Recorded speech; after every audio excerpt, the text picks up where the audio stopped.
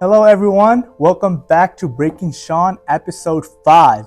Today, we have a great teacher here at Atlantic City High School with great experience, and I would love to hear her background and how long she's been teaching here. And it's just too amazing. So let's just get right into it so we can start and hear her out. Hello, Ms. Schreibman. How are you feeling today? I'm fine, Zishan. Thank you for doing this. No problem. Can you? So I have some few questions down for you that I would like to ask you because you've been here a great time and you spend a lot of time. You have great experience, and I want to know what keeps you doing this. So we'll just start off. Can you just introduce yourself and just share a little bit about your background and how long you've been teaching here? Okay, so I was born in South Philadelphia, and my grandparents moved the whole family to Atlantic City when I was in third grade. I graduated from Atlantic City High School in 1960. Wow. At which time I went to the University of Pennsylvania and was a liberal arts major, an English major, French minor, and graduated in 1964. Wow. At which time I got a provisional teaching certificate from the Pennsylvania Board of Education and taught 1 year in Philadelphia at William Penn High School. At the end of that year, I got married and moved back to the island, moved back to Absecon Island. Wow. Then from 1965 to 1969, I taught at Atlantic City High School.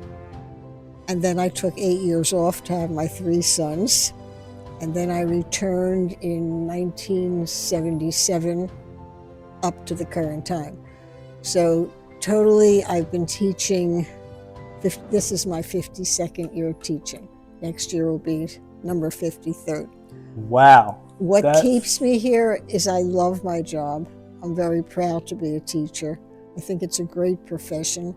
Looking back at my childhood, I think my teachers had more influence over me than my parents did. I idolized my teachers. Also, the kids keep you young, Yeah. and that's fun.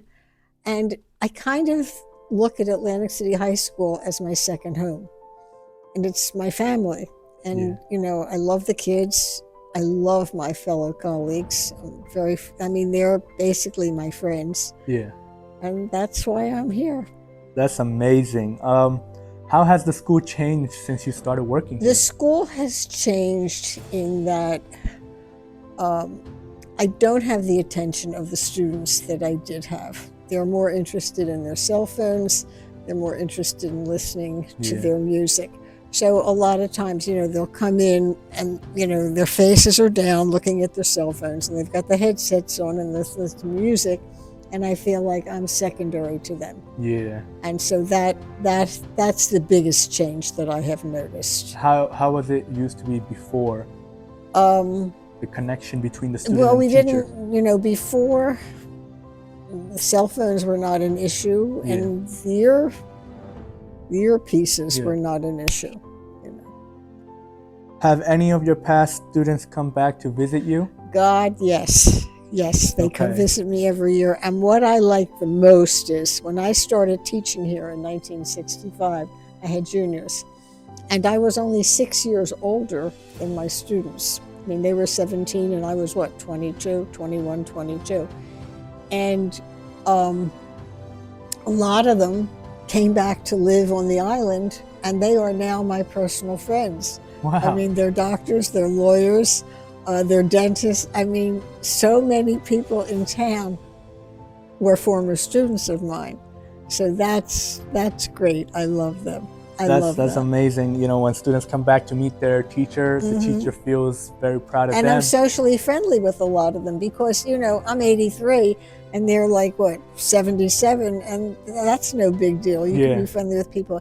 When I was teaching, that was a big deal, but now it's not. So some of my former students have become my very best friends. What's something you look back on that you really feel proud of? The accomplishments of my former students.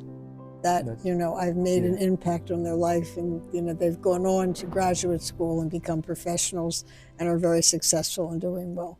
Yeah, I mean, people that want to be lawyers, they need to be pretty good at English.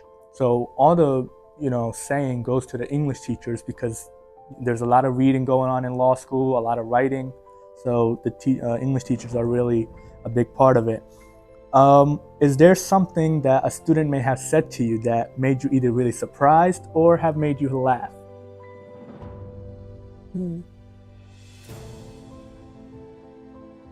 I just had breakfast with Judge Sanson, with Mark Sanson, last Saturday. And he said, you're a living legend. And that made me laugh, and it surprised me. And I said, why? And he said, well, because you're so old and you're still teaching and you're still walking and talking and standing upright. So yeah, that was funny. And that just happened a couple of days ago. That was that's very nice. I mean, it's a lot to say there too. Now, if any song that you can think of, if your classroom had a theme song, what would you pick? Oh my God! So in my day, it was Johnny Mathis and Frank Sinatra. So I guess a theme song for the class of 1960 would be Johnny Mathis and "Wonderful, Wonderful." Wow. Yeah, I don't think I ever heard of that. Oh, it's a great song. It's a great song.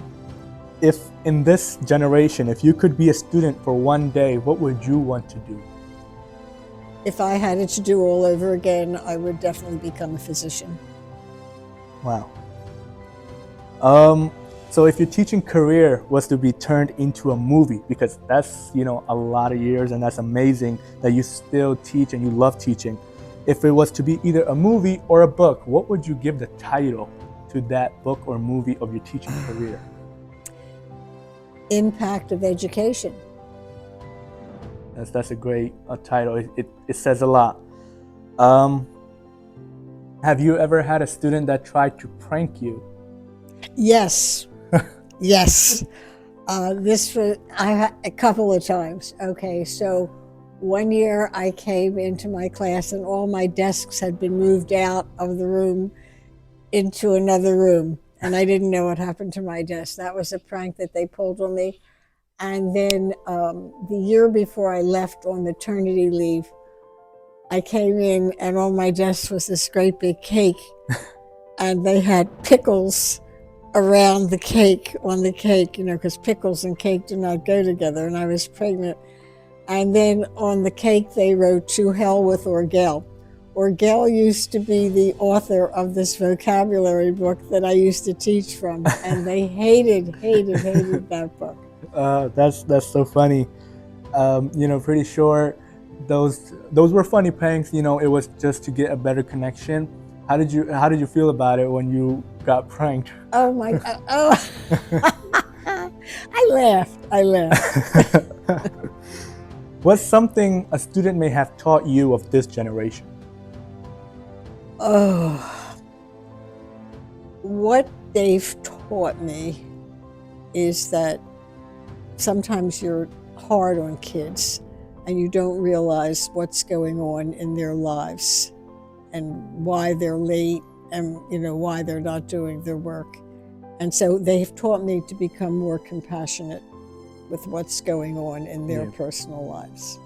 I mean, it takes a lot for a person to understand someone. Yeah. And sometimes you just don't know what's happening.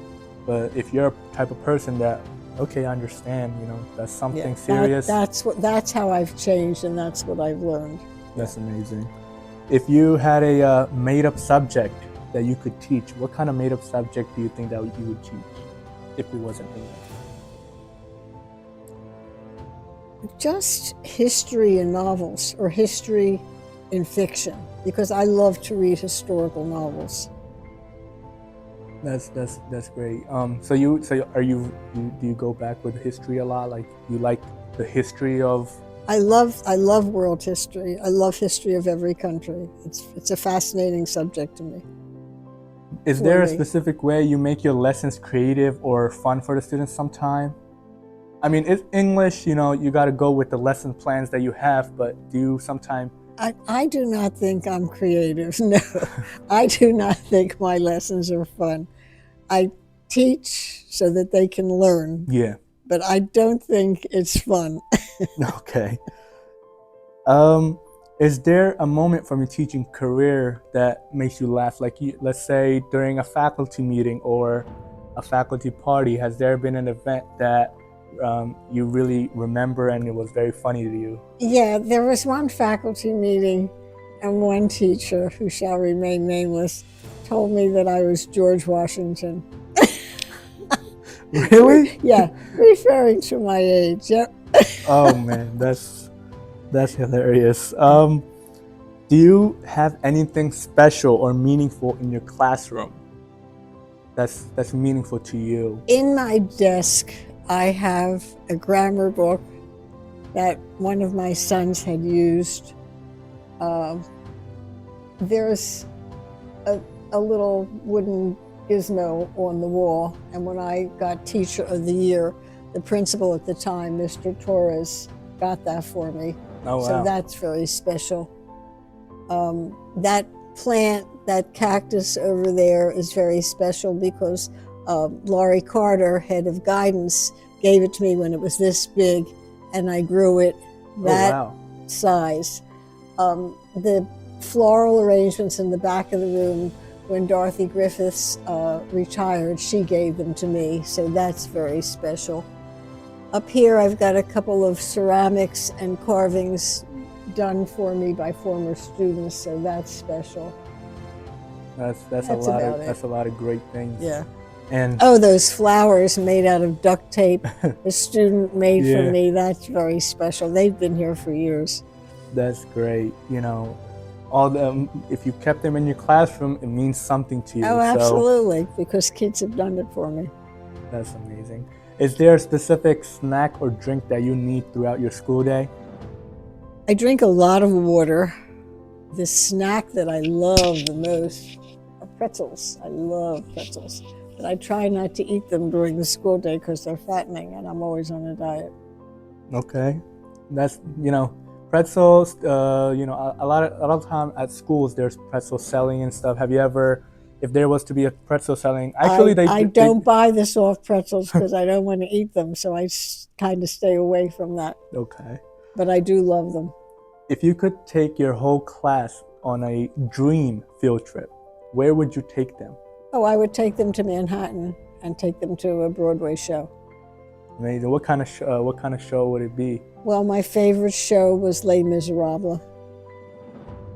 Wow. Has there been a funniest excuse a student may have given you for missing their homework? Oh my God, there are a million excuses. I left my book at my step-parents' house. My grandmother died. My dog died. I've heard every excuse in the book. Wow. Well, lastly, before we leave, what advice would you give to teachers who are starting out? First-year teachers. You can't be rigid in this profession because you're dealing with kids. Yeah. You're dealing with adolescents. And they're mercurial. Their hormones are going every which way. So you have to learn to be flexible and loose and go with it. Because if you're very rigid, and this doesn't even pertain to like the kids, this can pertain to the administration and what the administration wants you to do. If you're rigid, you're going to go nuts. You've got to learn to go with the flow and take everything in second gear and not get too upset. Yeah. And to laugh at it. And to know that not every day is going to be perfect. And some days you're going to have garbage happens. And you just have to say, well, that was today. Tomorrow will be better. Yeah. So you have to be relaxed. You can't be really uptight. And I remember as a first-year teacher, I was so uptight. Everything had to be perfect, perfect, perfect. Life is not perfect. Yeah. And you can't be that way. You have to, Yeah, there's teachers that think that if I teach this way or have too much energy, the students will do the same, but it's not the same because, especially on Mondays, and the first class period you have, students, they don't want to be annoyed. They don't want to be talked to. So, that's very relatable. Um, just another advice that we would like from you. Uh, why do you love this job a lot? Like, how should somebody stay connected to their job? I love literature. I read all the time. I think it's important that we speak correctly and write correctly. I Yeah. think letter writing and just plain old writing has gone the way. Yeah. And so I think it's important to learn grammar. I think it's important to have a large vocabulary. I think all the answers to life are in books. Yeah. I mean, people have written about everything that goes on in the universe, and like everything can be found somewhere in a book. Yeah. So that's why that's Amazing. why I love English. That's so great. And Thank you. I think reading is an escape for kids. I mean, it's an escape for me. Yeah. And I think everybody needs an escape from the everyday humdrum, you know. And so if you can lose yourself in a book or a short story, or if a poem, pulls at your heartstrings, I think that's great. Yeah, there are students that really like reading, and Yeah. some that may not, but there's some type of books that really catch them. Yeah. And it changes their day, their mood. Sometimes it's funny, sometimes it's sad, sometimes it's love stories, sometimes it's poems. Everybody just get along with specific categories. Absolutely. Well, thank you so much, Ms. Schreibman. It's my pleasure. Thank you for asking your me. time. I feel honored that you asked me. This was amazing. I learned a lot, and I'm pretty sure a lot of people will as well. Teaching for over 50 years is amazing. I hope I can do that in my future job. Thank you. I would love to maybe. Yeah, most people retire at 65. I'm 83. I'm not going anyplace. As long as I can walk and talk and see and hear, although I don't hear that well anymore, I'm going to stay on. Well, good luck. I hope you continue and, live a long life. Thank you. And thank you very much. I hope I will come back to see you as well. You will. I know you will. I know you will.